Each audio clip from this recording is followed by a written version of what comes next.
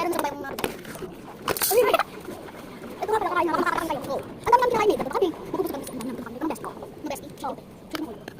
Tingnan mo ha. Okay. Hindi, pati na. Nangyayat ang rice. Kulog.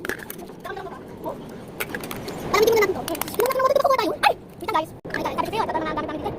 Ito na ako. Ayun. Ano ba ito? Pagkat kami dito guys. Diba?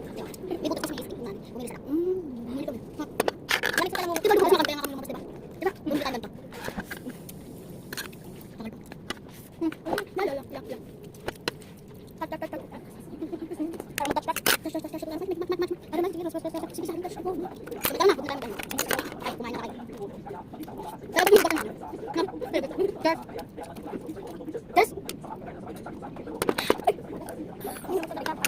Sorry, nasa microwave pa lang nakakain natin.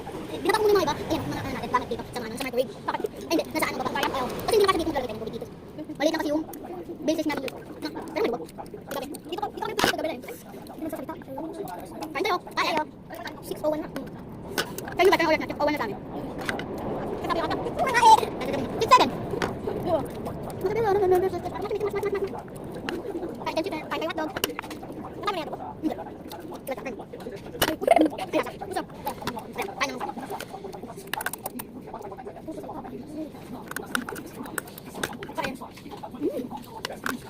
Ang sarap ng pagkain.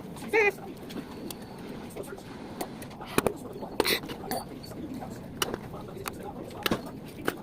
Kung ayaw ko ng pagkain, ano nga? Kung ayaw ng pagkain, kailangan ito. Hindi, kapain natin. Kapain natin. Marami pa yung chicken to. Tingnan mo ano ko. Rice. Sa'yo. Ordinary rice. Tingnan mo. Pero tayo. Kasi ordinary rice. Promise. So, kami nagkakaroon ng pagkakan. May pumapalat. No. Onti naman nakain namin. Once a day, diet. No. Diet kami. Ilan ka?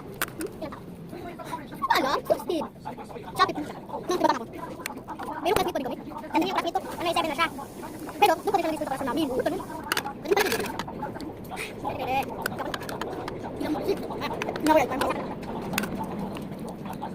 Ako nakita ko. Di ba may sabi? Tangko mo.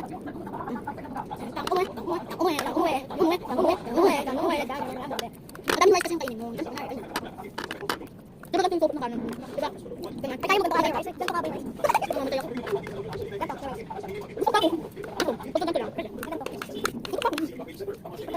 May ganito lang. Ganito. Ano pa? Gusto